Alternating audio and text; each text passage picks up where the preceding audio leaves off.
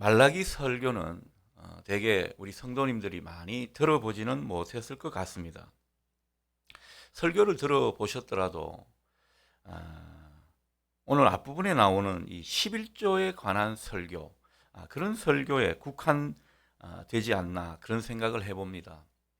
자, 그런데 이번에 특세하시면서 이 말라기 말씀을 들어보니까 어떻습니까?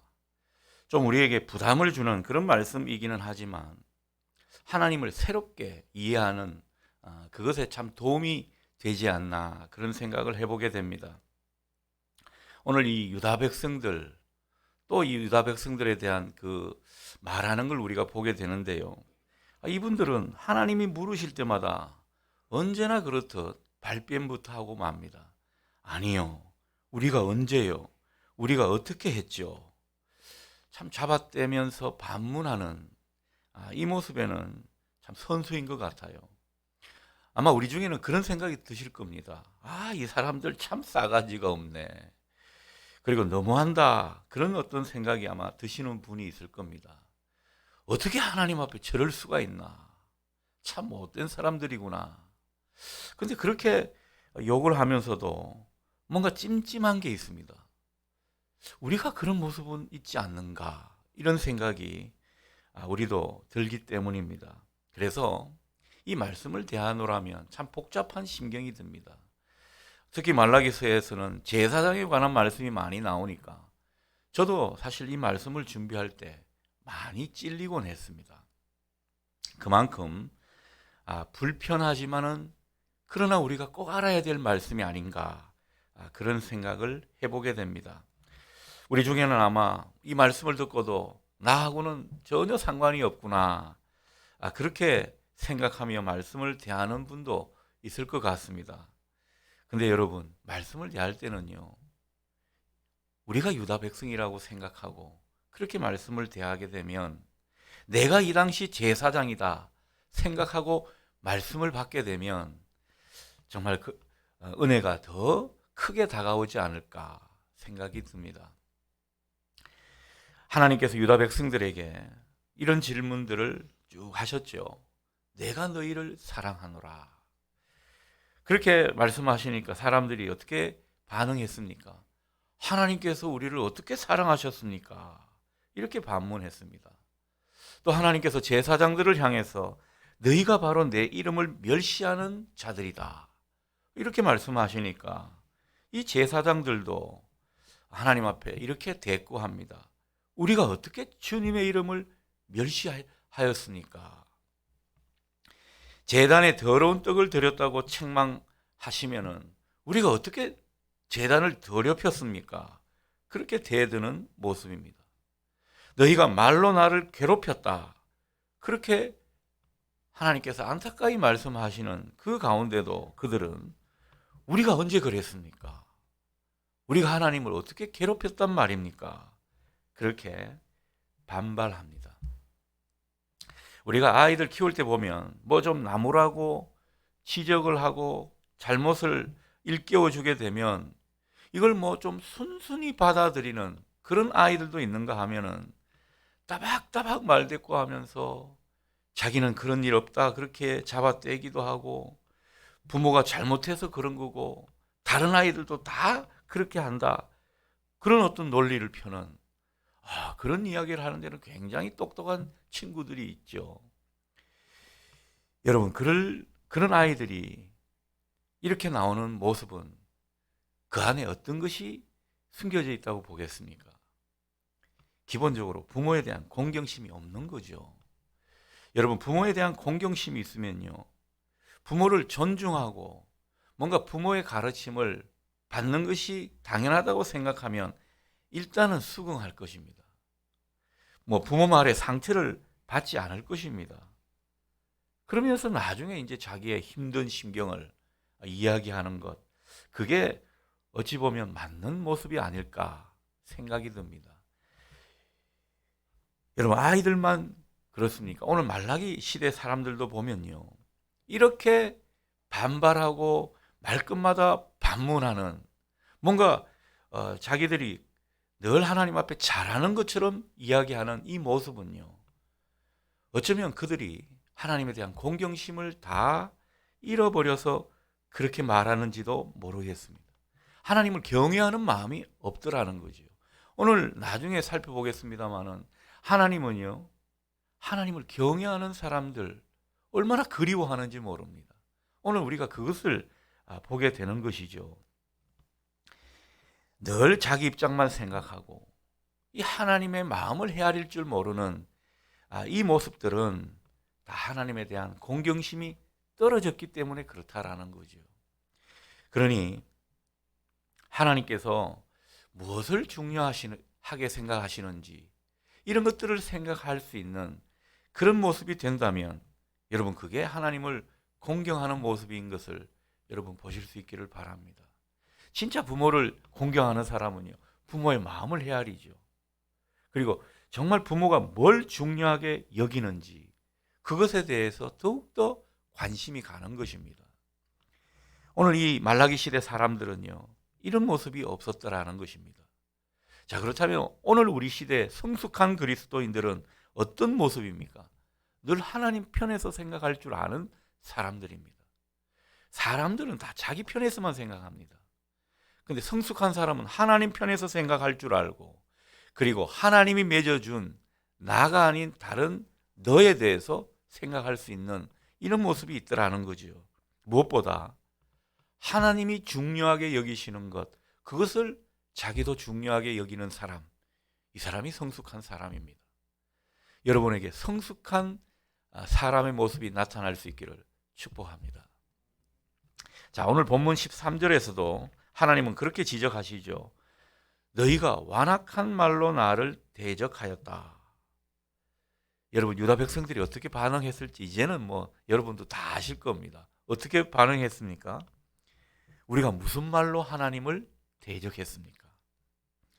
아마 이럴 때는요, 눈을 치켜뜨고 그렇게 반발했을 것 같아요.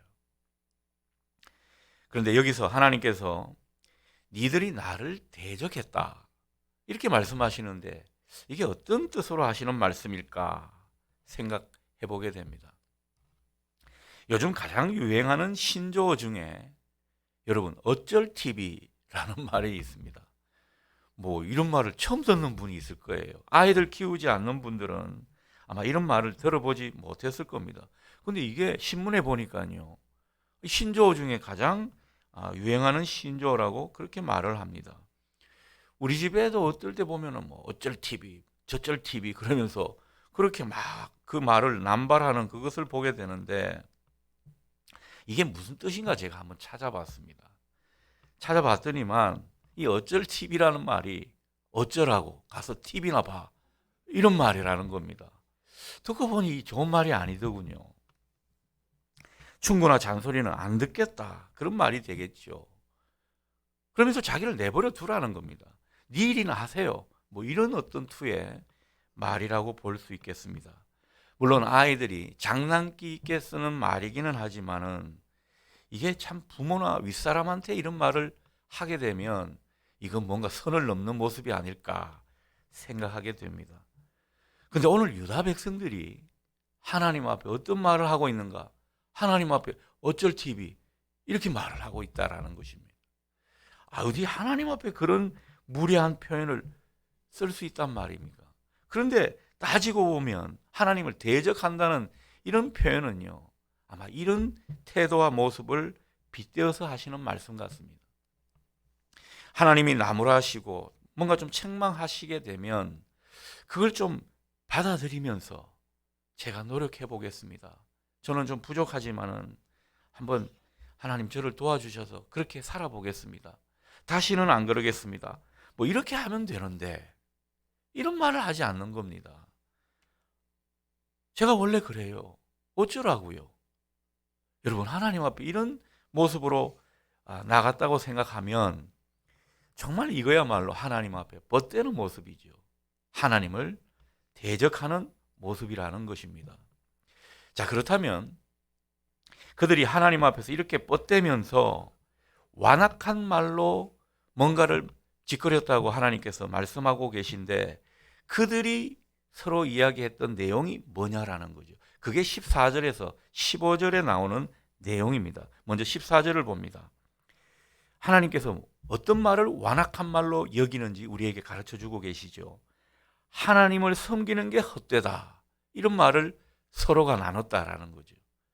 아마 공동체 모임 안에서 아니면 믿음의 사람들끼리 이런 말을 나눴다라는 것입니다. 또 하나님 앞에서 말씀을 지키며 산다는 게 이렇게 힘들고 슬픈데 이게 우리한테 무슨 유익이냐, 이런 말들을 나눴다는 거죠. 또 15절을 보게 되면 그들이 이렇게 말합니다. 교만한 사람들이 더 복을 받는 것 같다. 교만한 사람들은 하나님을 안 믿고 하나님을 의지하지 않는 사람들이죠. 이런 사람들이 더 복을 받는 것 같다, 이런 말을 하고 있더라는 겁니다. 악을 행하는 자가 더 잘 되더라. 하나님을 시험하는 듯이 그렇게 살아가는 사람들이 화를 면하고 멀쩡하게 잘만 살더라, 이런 말을 지금 하고 있더라는 겁니다. 자기네 현실을 그런 식으로 바라보고 있더라는 거죠. 아마 이분들은요, 하나님 앞에 대놓고 이런 말을 한 게 아닙니다. 그렇지 않겠습니까? 자기들도 어느 정도 좀 양심이 있지 이렇게 하지는 않았을 텐데, 그러나 공동체 모임 가운데 믿음의 지체들끼리 이런 말을 서로가 주고받았다면 여러분, 이 가운데 있던 소망도 다 사라지지 않겠습니까? 하나님을 믿는 믿음도 다 꺼지지 않겠습니까? 하나님이 이게 너무 속상하다라는 거죠. 이게 정말 완악한 말이라고 하나님께서 표현하고 있는 것입니다. 그들이 세상을 바라보는 시각이, 그들이 정말 하나님을 대하는 모습이, 그리고 믿음의 세계에서 발을 들여놓은 그들의 사는 방식이 이랬다라는 거죠. 그러니 이 모든 삶의 태도마저도 완악한 말로 하나님께 대적하는 그런 모습이라고 할 수가 있겠습니다. 결국 이 사람들이 한 말이 뭐겠습니까? 하나님 믿어도 소용없다. 예배 드리면 뭐 밥이 나오냐, 뭐 경제가 달라지냐, 뭐 이런 식의 말이었다라는 거죠. 물론 처음부터 이런 모습을 보인 것은 아닐 겁니다. 뭐 자기들 딴에는 어려운 가운데서도 살아보려고 그렇게 애를 썼을 겁니다. 그런데 현실이 쉽지가 않죠. 현실은 정말 여러 가지 참 변수가 많습니다. 복잡하죠. 그 가운데 삶이 빨리빨리 개선이 되지 않습니다. 정말 하나님께서 말씀하시고 약속하신 대로 삶이 착착 진행되면은 이 믿는 게 쉽지가, 어렵지가 않았을 겁니다.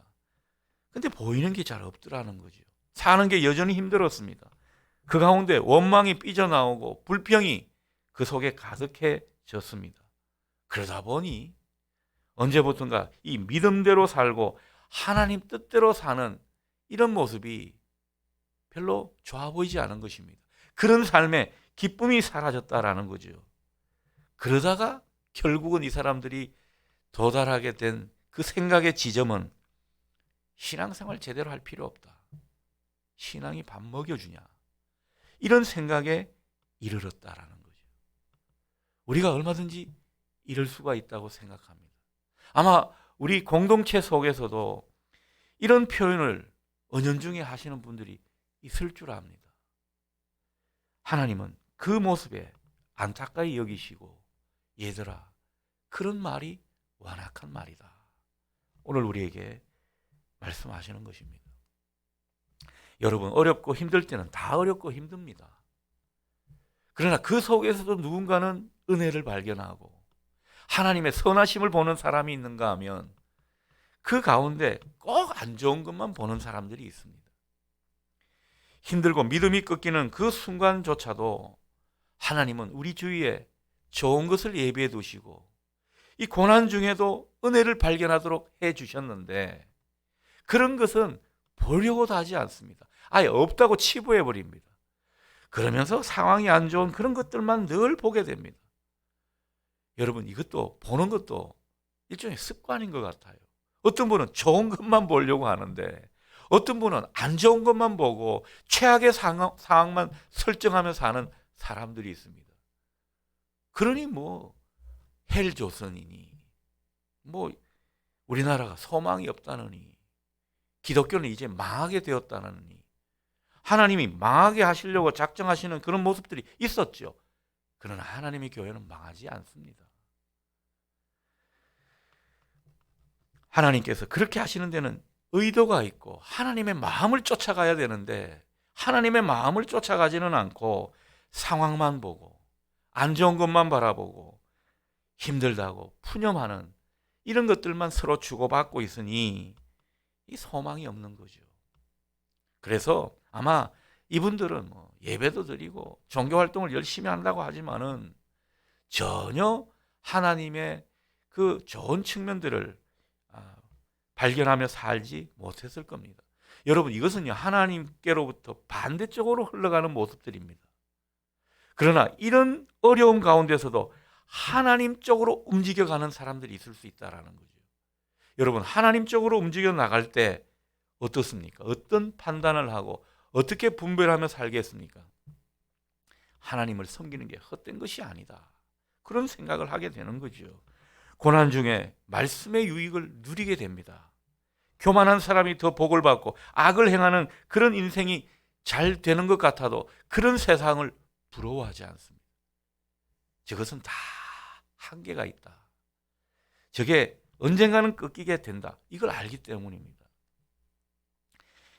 이 모든 바탕에는 뭐가 있습니까? 보이지 않는 하나님이 우리 가운데 일하시고 역사하신다는 이 믿음이 있더라는 것이죠. 여러분, 하나님 없이 악하게 살고 거기다가 힘과 부를 가진 사람이 뭔가 득세하고 판을 치는 그런 세상 같아도 여러분, 결국 그들 위에 하나님이 계시는 모습을 보실 수 있기를 바랍니다. 모든 일을 주관하시고 모든 일을 다스리시는 그분은 하나님이신 것입니다. 그러니 우리는 그 하나님을 바라보면서 그 하나님을 다시 붙잡는 이 모습이 우리 가운데 있기를 소원합니다.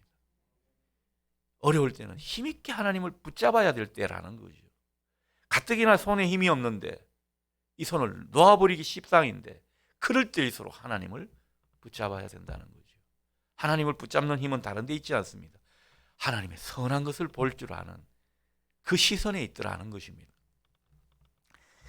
자, 반면에 하나님께서 정말 귀하게 여기는 그 사람들에 대해서 우리가 한번 보도록 하겠습니다. 16절을 볼까요? 그때 여호와를 경외하는 자들이 피차에 말하매 여호와께서 그것을 분명히 들으시고 여호와를 경외하는 자와 그 이름을 존중히 여기는 자를 위하여 여호와 앞에 있는 기념책에 기록하셨느니라. 아멘. 여러분, 고난의 때, 정말 모두가 힘들어하는 그런 때에 사람들은 신앙이 필요도 없다, 교만한 사람들이 더 복을 받는다, 이런 온갖 소리를 다 해야 되는 그런 와중에도 이런 사람들이 있더라는 거죠. 그 가운데서도 여호와를 경외하는 사람들이 피차에 서로에게 이야기하는 그런 모습들이 있더라는 것입니다. 피차에 무슨 말을 했는지는 성경에 나와 있지 않습니다. 그런데 이 정황을 보면요, 하나님이 귀가 솔깃하십니다. 그리고 정말 하나님이 듣고 흡족한 그런 말들을 서로가 하고 있다는 것을 느끼게 됩니다. 정말 하나님이 귀하게 여기는 중요한 말들을 서로 주고받았다라고 볼 수 있겠지요. 16절에서 하나님께서 분명히 들으셨다, 귀를 쫑긋 세우셨으니까 다 들으셨다는 겁니다. 그리고 그 이후에 얼마나 칭찬하시는 이런 모습을 생각해 보면 아마 피차에 서로가 나눈 말들이 하나님 마음을 얼마나 흡족하게 했는지 모른다는 것이죠. 하나님을 경외하는 이 사람들이 피차에 무슨 말을 했을까? 그것이 궁금해집니다. 여러분, 무슨 말을 했을까요? 대략 이런 말 아니었겠습니까? 앞에서 쭉 우리가 말씀을 이제 나누면서 지금 이 지점까지 왔는데, 사람들은 세상을 하나님 없는 모습으로 다 바라봤을 겁니다. 하나님은 일하시지도 않고 하나님은 계시지도 않는다, 그렇게 보기 십상인 그런 현실이었겠죠. 그런데 피차에 서로 주고받는 말들 중에 이 사람들은 무슨 말을 했는가? 세상이 하나님 없는 모습으로 보일 수도 있고 하나님께서 아무 일도 안 하시는 것처럼 그렇게 여겨질 수도 있지만, 그러나 하나님은 일하십니다. 하나님은 살아 계셔서 역사하십니다. 형제여 자매여, 하나님은 합력하여 선을 이루십니다. 용기를 가지십시오. 하나님은 때가 되면 지체님에게 분명히 은혜를 주실 겁니다. 이런 이야기를 서로 주고받았을 거라는 겁니다. 하나님은 분명 우리를 좋은 길로 인도하십니다. 하나님께서 제게 말씀을 주셨는데 이런 말씀이에요. 제가 이 말씀 듣고 얼마나 힘이 났는지 모릅니다. 당신도 이 말씀을 한번 같이 느껴보세요. 하나님께서 당신에게도 은혜를 주실 겁니다. 우리 교회에서 이 특세를 하고 있는데 말씀이 너무 좋습니다. 그냥 제가 한번 해보는 소리입니다. 당신도 꼭 들었으면 좋겠습니다. 정말 하나님께서 당신에게 주시는 말씀 같아요. 그리고 힘을 내세요. 그러면서 지갑에서 돈을 꺼내가 좀 준다든가. 이게 말로만 하면 안 되거든요. 그렇게 한번 해본다고 생각하십시오. 얼마나 하나님께서 그 말에, 그 모습에 쫑긋 귀를 기울이고 눈을 부릅뜨고 보겠습니까? 피차에 이런 말을 주고받으면서 이런 말들을 서로가 하면서 격려해주고 축복해주는 이런 모습이라는 거죠. 여러분, 피차에 이런 모습을 보인 것은 함께 하나님을 바라보십시다, 이런 태도였을 겁니다. 이 어려운 가운데서도 하나님 한번 믿어보십시다. 하나님은 살아계시고 신실하신 분 아닙니까? 우리가 과거에 그런 은혜를 받았고 지금도 나는 이런 은혜를 받았는데 당신 생각은 어떠세요? 하나님 계시지 않는 것 같습니까? 이렇게 막 도전을 주는 겁니다. 안 좋은 것에 부안해동하는 것이 아니라 사람들에게 좋은 것을 자꾸 일깨워주는, 이게 상생이 일어나고 시너지가 일어나는 이 모습을 하나님이 기뻐하신 것입니다. 여러분, 고난의 시간은 모두에게 힘든 시간입니다. 하나님의 일이 보이지 않는 시대입니다. 하나님의 은혜의 역사가 뭔가 가려진 그런 시절입니다.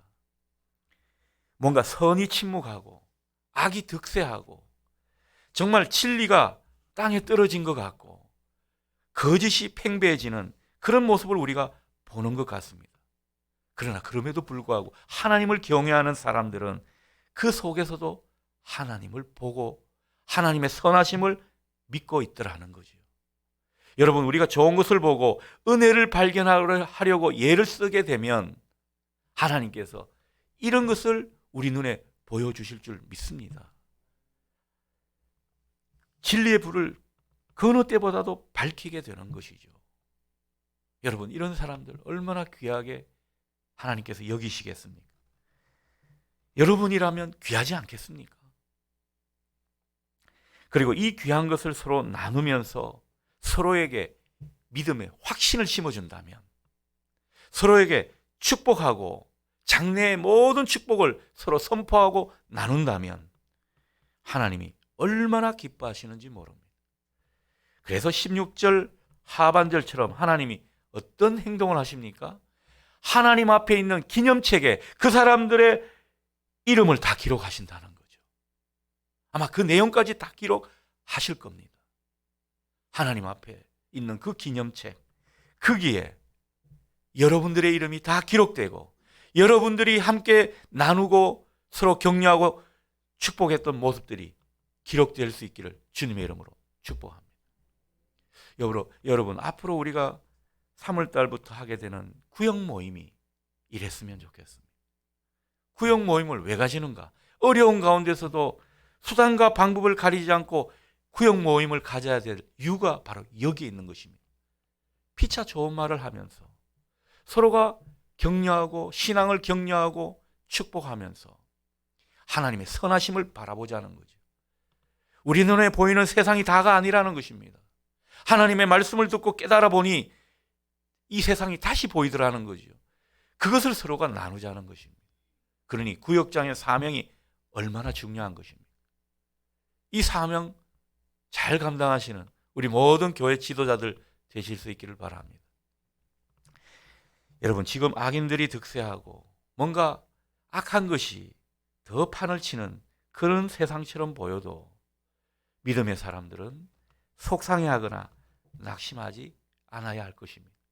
우리가 정말 하나님을 경외한다면은 이런 가운데서도 불평과 불만으로 일관하는 것이 아니라 안 믿는 사람들이 잘 되는 것을 시샘하는 것이 아니라 하나님 안에서 특별히 은혜를 발견하고 하나님의 선하심을 바라보고자 애를 쓰는 그런 사람들일 것입니다. 그런 사람들을 하나님께서 어떻게 한다고요? 하나님께서 특별히 아끼신다고 말씀하고 있습니다. 17절을 보십시오. 하나님께서 특별한 소유로 삼으신다. 그렇게 말씀하시고요. 그들의 믿음과 신뢰에 대해서 사람이 자기를 섬기는 아들, 곧 부모한테 효도하는 그런 자식이 되겠죠. 그 효도하는 자식을 아끼듯이 내가 그들을 아끼겠다. 이렇게 약속해 주십니다. 그래서 오늘 설교 제목이 무엇입니까? 하나님이 아끼시는 성도입니다. 여러분이 하나님이 아끼시는 성도가 될 수 있기를 바랍니다. 누군가 나를 인정해 주기만 해도 기쁘지 않습니까? 아유, 목사님이 나한테 인정해 주셨네. 그것만 해도 여러분 기분 좋아하시는 분이 있더라고요. 근데 하나님이 인정해 주시고 하나님이 너무너무 아껴 주신다고 생각해 보십시오. 하나님이 나를 아껴 주신다는 이 믿음이 내 속에 있는 사람은요, 행복할 것입니다. 어려움 가운데서도 얼마나 힘이 나고 얼마나 소생하는 기쁨이 있을까 싶습니다. 하나님이 이 특세에도 특별히 아끼시는 사람들이 있을 줄 압니다. 정말 이 어려운 가운데서도 특세의 그 자리를 지키려고 애를 쓰는 사람, 하나님 아끼시는 사람이겠죠. 특별히 다른 사람들 한 사람이라도 더 이 특세에 참여하도록 권면하고 일깨우면서 내가 받은 은혜를 어떻게든 함께 하자고 권면하는 사람, 하나님이 아끼시는 사람입니다. 저는 그분들이 정말 복을 받을 거라고 믿는 사람입니다. 여러분, 우리가 보는 게 다가 아니라는 것입니다. 하나님은 늘 가려져 있는 것 같고 일하시지 않는 것 같고 하나님이 과연 살아계시나 하는 그런 시절을 우리가 지금 보내고 있는지도 모르겠습니다.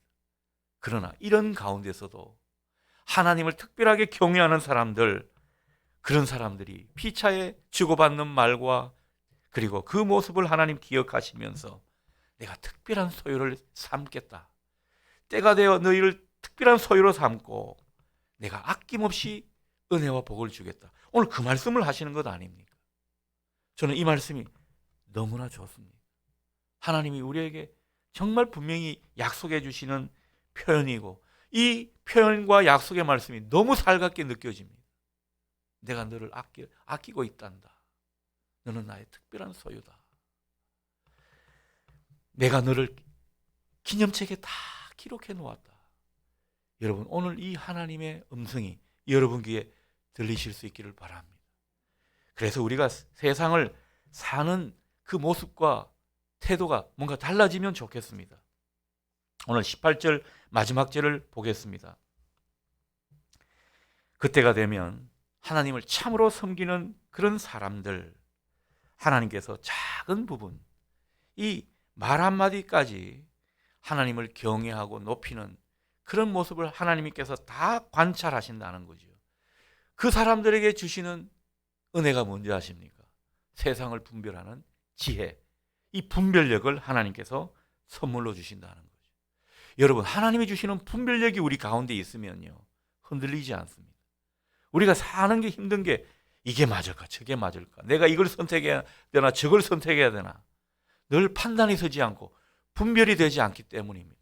근데 분별력을 주시면 이게 하나님 뜻이겠구나, 이게 하나님께서 나에게 바라시는 모습이겠구나, 이런 분별력이 들 때는 여러분 얼마나 살아가는데 힘이 생기는지 모른다는 거죠.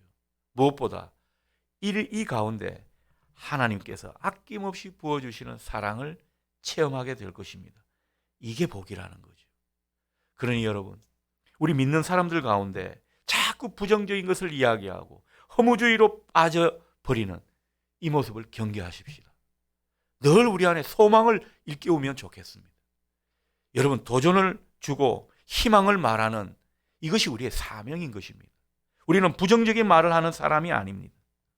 그 가운데 우리는 이 현실을 하나님 앞에서 참고 인내하면서 하나님이 주시는 분별력으로 지혜롭게 살아가게 되면 분명 내일은 하나님의 놀라운 은혜가 우리에게 찾아오게 될 것입니다. 내일을 주관하시는 하나님이 아낌없이 우리에게 은혜를 베풀어 주실 것입니다. 이 믿음, 이 소망이 우리 가운데 더욱 넘치기를 소원합니다.